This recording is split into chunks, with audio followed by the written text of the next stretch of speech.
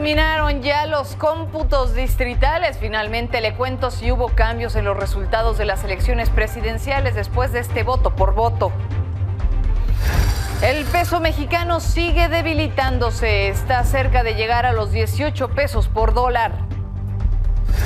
Y la COFEPRIS aprobó el uso de la vacuna Patria, al fin, pero solo en condiciones específicas.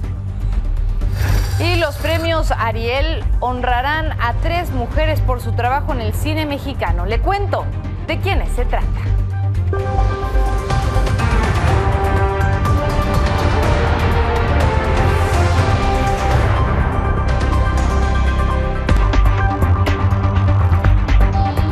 Bueno, pues bienvenidos ya a su espacio. Son las 11 de la noche y junto con todo este equipo le tengo los 30 minutos de información que necesita en el día. Mi nombre es Paola Barquet y así arrancamos.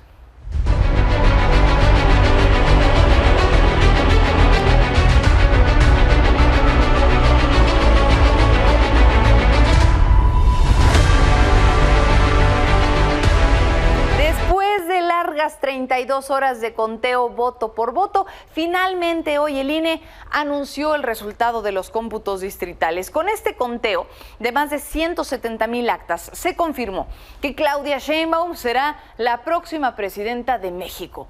De acuerdo con el INE, así quedaron los resultados de la elección presidencial. Claudia Sheinbaum con el 59.7%, Xóchitl Gálvez con el 27.45% y Jorge Álvarez Maínez con el 10.32%. Lo que tiene ahí en pantalla es la comparación con el PREP, el primer resultado que habíamos tenido y ahora ya el del conteo rápido. A pesar de las acusaciones de la oposición sobre un posible fraude electoral, pues lo que tiene en pantalla es lo siguiente: los cómputos distritales no solamente refutaron, o más bien confirmaron la victoria de Claudia Sheinbaum, sino que disminuyó el porcentaje obtenido para Xóchitl Gálvez por un 0.45% y disminuyó también para Jorge Álvarez Maínez por un 0.9%. Al darse a conocer este resultado, Claudia Sheinbaum de nuevo agradeció en un video el apoyo que recibió en las urnas. Así lo hizo.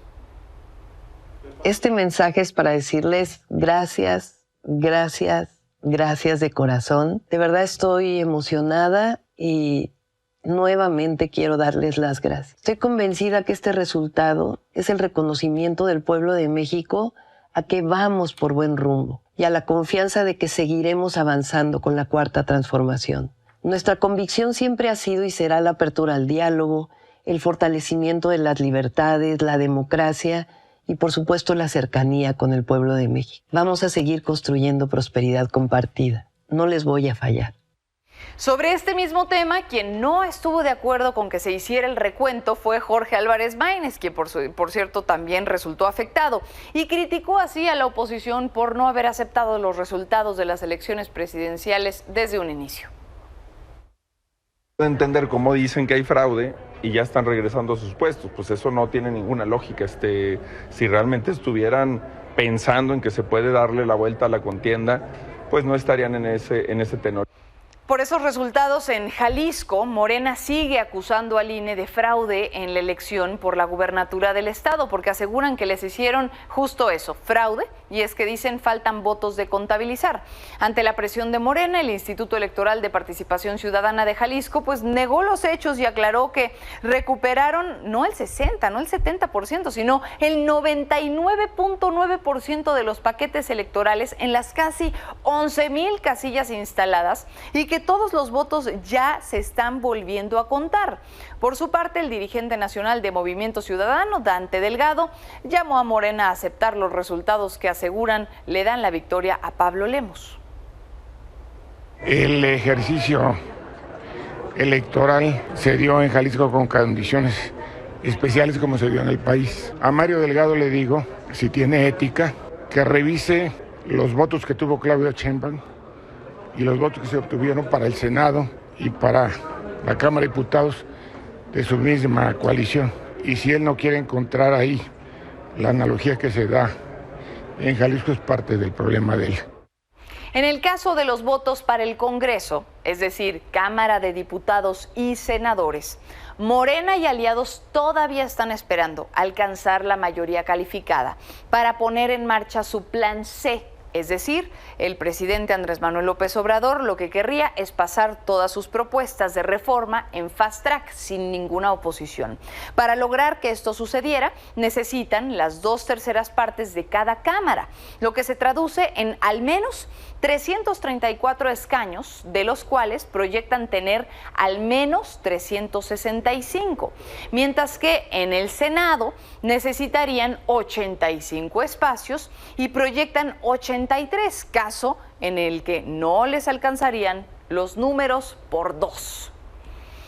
Dentro de las reformas que esta administración quiere aprobar en fast track está, es decir, con esa mayoría calificada que le acabo de explicar, está la reforma al Poder Judicial con la que los jueces, magistrados y ministros serían votados por elección popular.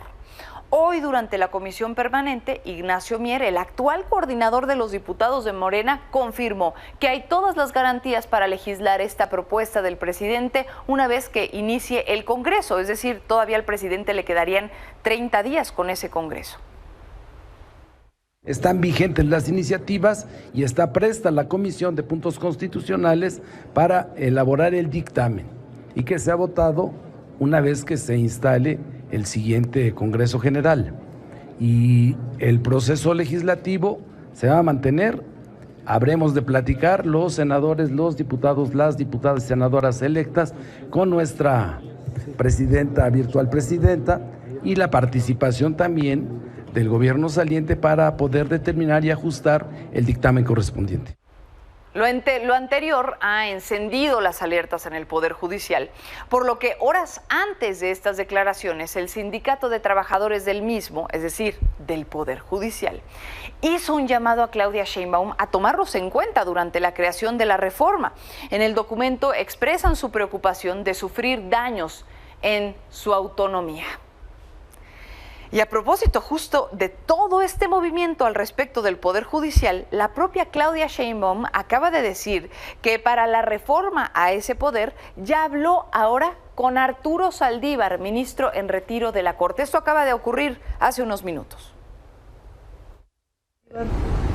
También con él estamos evaluando el tema de la reforma judicial, como es, y algunos otros planteamientos que vamos a hacer en su momento. ¿Qué en este tema, doctor?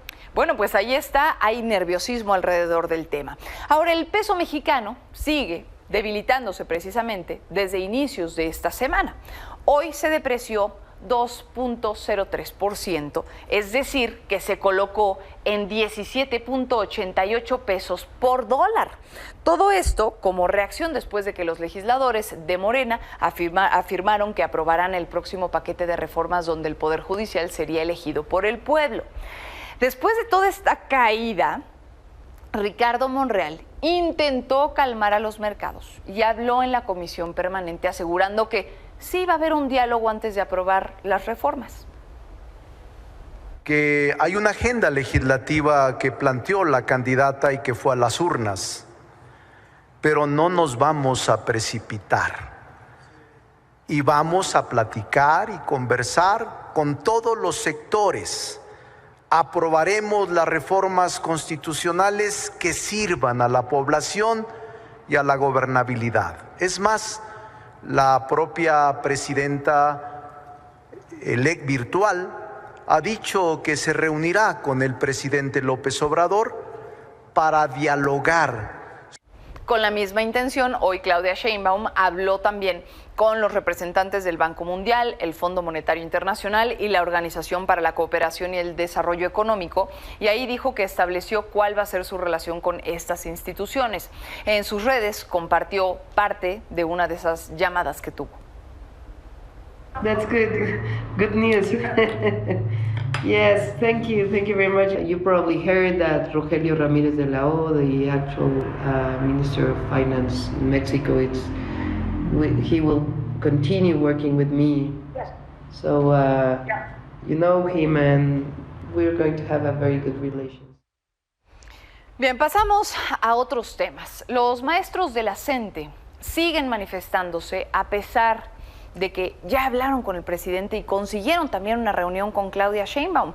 Pero ¿se ha preguntado qué los sigue motivando entonces a seguir saliendo a las calles? Alma Paola Wong nos cuenta.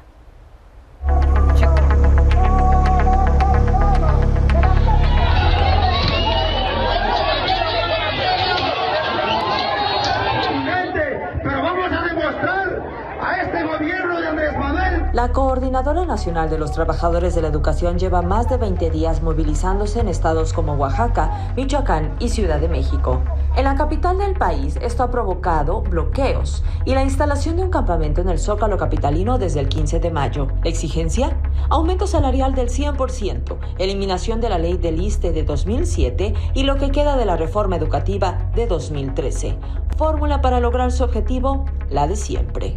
Es su historia, es su estrategia que les ha resultado muy favorable. Siempre ganan algo con esto de movilización, negociación, movilización. Y todo esto envuelto en una presión ilegítima con las tomas de las casetas, bloqueos a las ciudades, a veces ataques contra edificios públicos, incendios. Como siempre lo ha hecho, la CENTE se moviliza en un momento clave de la política, en el contexto de un fin de sexenio para obtener lo que más pueda y para medir al siguiente liderazgo en el Ejecutivo Federal.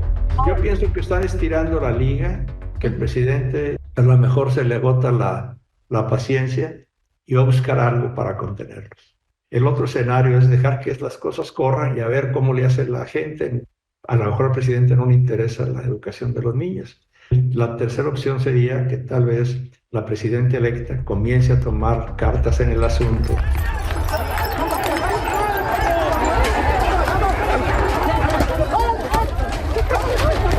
La CENTE asegura que no se intimida y prueba de ello es que para este viernes marcharán del Ángel de la Independencia al Zócalo capitalino y el próximo martes tendrán otra cita con el presidente en Palacio Nacional. Saben que la moneda está en el aire porque el fin de ciclo escolar se acerca. Siempre ha sido un arma de la coordinadora empezar esto las últimas semanas porque siempre amenazan con no entregar calificaciones, lo cual es muy grave para quienes terminan sexto o tercero de secundaria.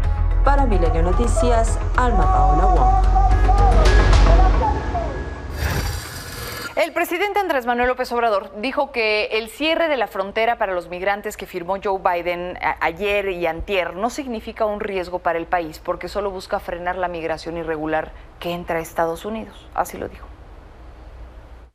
Puede cerrar la frontera, no es posible, no le conviene a ninguno de los dos países, ni a nuestros pueblos. Es bastante la integración económica, comercial, social que existe en la frontera. Vamos a estar pendientes, de todas maneras, aquí, todos los días, sobre este asunto. Pero mi mensaje es que no deben de preocuparse en la frontera de nuestro país.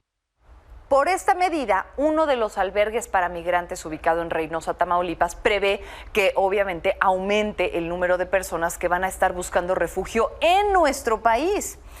Informaron entonces que prevén más de 25,000 personas que pidan asilo en México en estas próximas semanas, una situación que podría provocar que estos lugares ya no sean capaces de albergar a tantas personas, que se vean completamente rebasados. Y esto es preocupante porque el aumento en esta llegada de refugiados a nuestro país ha sido exponencial en los últimos años. En 2021 entraron, por ejemplo, alrededor de 260,000 personas. Pero apenas un año después fueron más de 44,000 migrantes irregulares para 2022. Eso representa en un año un aumento del 59% de la cantidad de gente que está llegando precisamente con este estatus de migración irregular. Ahora, esta problemática ya tiene sus efectos en varias regiones de nuestro país, como lo es la Ciudad de México. Por ejemplo, más de 500 migrantes mantenían un campamento en la Plaza Giordano Bruno de la Colonia Juárez, aquí en la Alcaldía Cuauhtémoc. Por esa razón, hoy en la madrugada fueron desalojados sin previo aviso. Elementos del Instituto Nacional de Migración y las autoridades de la capital trasladaron a todas estas personas a Tlaxcala, a Puebla y a Morelos, con la promesa de darles documentos de estancia legal en México. Que supuestamente nos van a dar una estabilidad por un año, como una visa temporal y pues que ya no podemos dormir así, a estar así en las calles ni nada de eso. Pero que supuestamente pues se regulariza un poco más la situación migratoria de uno. Y no hay certeza de dónde se les van a llevar, ni siquiera está identificado, me parece, tiene una lista de identificación hacia qué personas se están trasladando y lo único que cuentan es con un letrero en donde dice hacia qué estado. Eso es un riesgo, justamente porque corren peligro de ser deportados, de ser privados de su libertad, de haber desapariciones o algún otro tipo de actos. Al terminar este operativo, el Instituto Nacional de Migración dijo que los desplazados que dormían en esa plaza, en Giordano Bruno, en la alcaldía Cuauhtémoc, solían pagar una tarifa entre 200 y 600 pesos para poderse quedar en ese lugar. Pero la cuestión aquí es que todavía se desconoce quién cobraba ese dinero.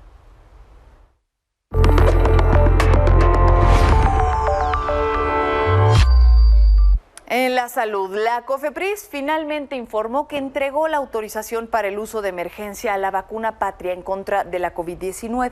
De acuerdo con la dependencia, ya esta vacuna cumple con los más altos estándares de calidad, seguridad y eficacia. Pero, bueno, pues las autorizaciones se van a conservar o esta validez en la medida en que los medicamentos sean necesarios para dar continuidad a la política nacional de vacunación en nuestro país en contra de la COVID-19.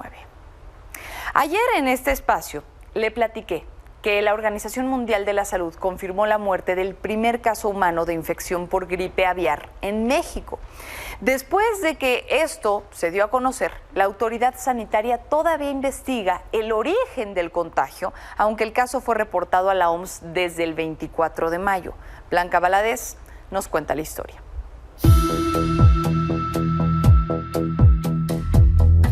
En México se reportó el primer caso mundial de infección humana por el virus de influenza aviar AH5N2. Fue la Organización Mundial de la Salud la encargada de notificar oficialmente a toda la comunidad médica y científica internacional, incluida la de México, sobre el paciente de 59 años que se hospitalizó y murió en el Instituto Nacional de Enfermedades Respiratorias el pasado 24 de abril. Nos enteramos por el comunicado de la Organización Mundial de la Salud y no por un comunicado de la Secretaría. En el documento de la OMS y luego en el que después difundió la Secretaría de Salud, se reportó que el paciente originario del Estado de México estuvo 3 semanas en cama por padecer enfermedad renal crónica, diabetes tipo 2 e hipertensión arterial sistémica. Pero el 17 de abril desarrolló fiebre, dificultad para respirar, diarrea, náuseas y malestar general. Y 7 días después fue atendido en el INER. Hasta la fecha se desconoce la fuente del contagio. Solo se aclaró que de acuerdo con los estudios virológicos es una infección de baja patogenicidad. Su entorno inmediato no se contagió, por lo tanto ese virus no tiene esta capacidad que se necesita para contagiar de una persona a otra. Sin embargo, la OMS mantiene elevada la alerta ante el creciente número de casos de aves infectadas, las cuales pueden contagiar a los humanos.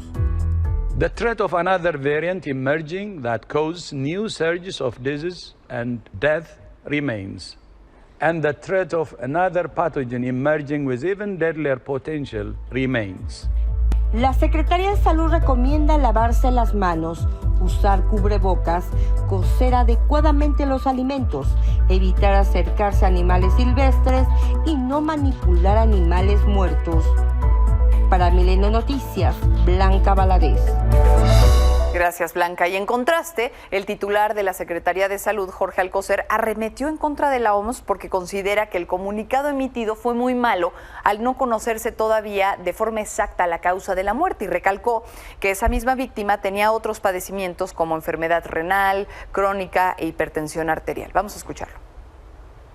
Este paciente diabético con problemas del riñón, pero se le atendió, pero básicamente lo que se tomó fueron muestras y en una de las muestras se encontró el virus H5N2. Hasta ahora no hay ninguna evidencia de transmisión humano-humano Y el paciente, que repito, venía del Estado de México, no tiene antecedentes de contacto familiar ni de conocimiento de alrededor donde vivía. Y antes de irnos a un corte, después de que trabajadores del Infonavit rompieran la bandera de la comunidad LGBT, hoy la bandera fue restituida en el edificio. Miembros de la comunidad se hicieron presentes y recibieron esta bandera por parte de los trabajadores de la dependencia. Así se vivió el momento.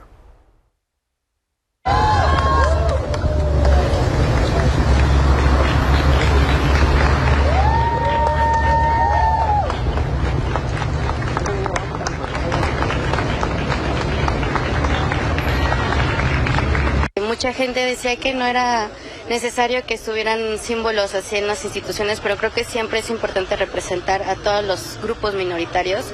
Siempre es importante representar a todos los grupos en este país. Nos vamos a un corte y al regresar le cuento cómo una obra del Líbano aborda ya las distintas formas de abuso. Volvemos.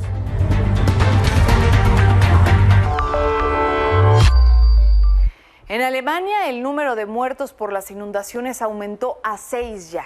Las intensas lluvias provocaron el desbordamiento de varios ríos durante el fin de semana y hasta hoy la situación no ha mejorado. De acuerdo con medios locales, las labores de rescate continúan y se han sumado buzos, equipos de rescate con drones y helicópteros. Respecto a las víctimas, 3 fueron encontrados en sótanos y un bombero murió tratando de rescatar a residentes atrapados.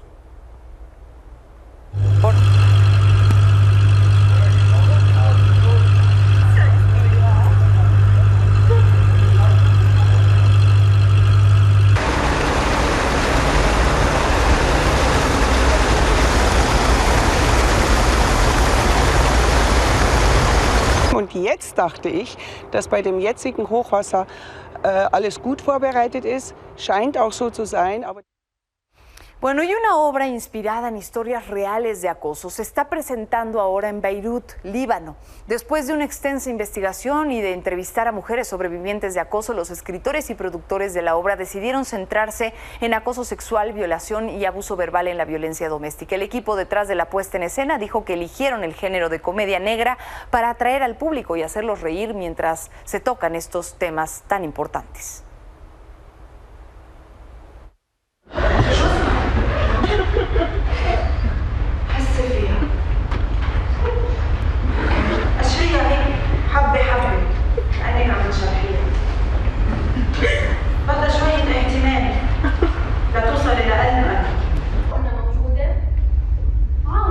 We chose 3 subtopics. The first, definitely sexual harassment. The second, rape.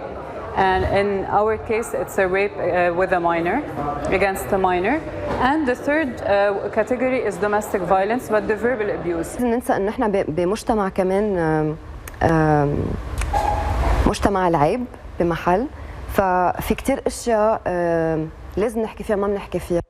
Según la ley de acoso sexual del Líbano, esto puede ser a través de palabras, acciones, referencias sexuales o pornográficas, incluidas las realizadas en línea. Estos delitos pueden ser castigados con hasta 1 año de cárcel y una multa de hasta 10 salarios mínimos.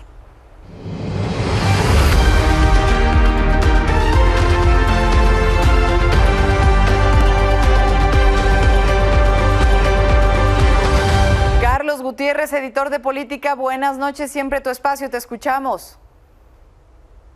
Paola, buenas noches. Entre las notas que no se pueden perder mañana en nuestra edición de Milenio Diario, te cuento que la candidata de Morena y virtual ganadora de la elección presidencial, Claudia Sheinbaum, arrasó en las entidades donde más apoyos de entrega de programas sociales hubo. De acuerdo con un cruce de datos hecho por Milenio, ahora se sabe que en 16 estados con mayor cobertura de apoyos gubernamentales, Morena consiguió el 63% de los votos, mientras que en el resto del país, las otras 16 entidades, fue de 56%. No se pierdan el desglose completo en nuestra edición de mañana de Milenio Diario. Ahora te cuento que Santiago Taboada hizo su más grande apuesta en Iztapalapa, donde la estrategia era conseguir 1.2 millones de votos para amarrar la victoria en la Ciudad de México. Por mucho fue la demarcación que más visitó durante la pre-campaña, intercampaña y campaña. Sin embargo, se llevó un duro revés el domingo pasado en algunos distritos, hasta por una diferencia de 4-1. Mañana podrán ver también el desglose completo con una batería de gráficos que no se pueden perder. Y ya para despedirnos, nuestros aliados del mundo nos traen un recuento, un balance a 80 años del día D, justo en medio de estas tensiones que hay en Europa por la guerra entre Rusia y Ucrania. No se pueden perder este texto, incluido un gráfico que nos mandan nuestros aliados del mundo. Paola, te recuerdo que este análisis y los reportajes los podrán leer mañana en Milenio Diario. Gracias, Carlos Gutiérrez, gracias siempre. Y para irnos bien y de buenas, los premios Ariel van a reconocer a 3 mujeres. Para su edición número 66, la gala del premio Ariel de la Academia Mexicana de Artes y Ciencias Cinematográficas va a reconocer a Angélica María Busi Cortés y Brigitte Broch con el Ariel de Oro por su amplia trayectoria en el cine y en los escenarios. Gracias siempre, nos vemos por aquí mañana y mientras tanto descansen.